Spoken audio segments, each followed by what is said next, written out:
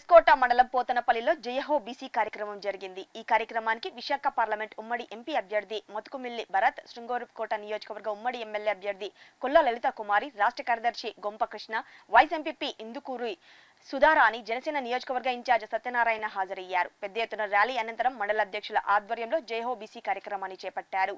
వైఎస్ఆర్సీపీ నుంచి మాజీ sarpanch, vice sarpanch, ward మెంబర్లతో సహా 50 కుటుంబాలు టీడీపీ తీర్థం పుచ్చుకున్నారు.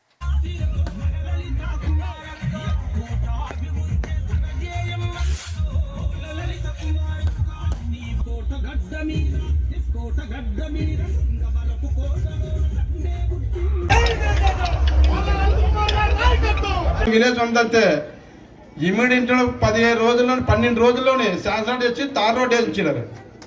అంత ఘనత చంద్రబాబు నాయుడు మన లలితమ్మ భర్త గారిది.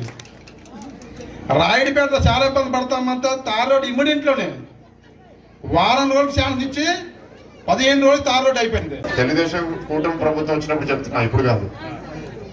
ఓకే, మహిళలకి 4 సిలిండర్లు ఇస్తున్నారా, 3 ఇస్తున్నారా? 3, అదే ఉచితంగానే, డబ్బులు కట్టేది అడగట్లేదు. మహిళలకి ఫ్రీగా బస్ ట్రాన్స్పోర్ట్ ఇస్తున్నారా, ఆటో ట్రాన్స్పోర్ట్ ఇస్తున్నారా? జస్ట్ టెస్ట్ చేస్తున్నా మిమ్మల్ని, మీకు అన్ని గుర్తున్నాయా లేదా. నిరుద్యోగ యువతకి ఎంత ఇస్తున్నారు?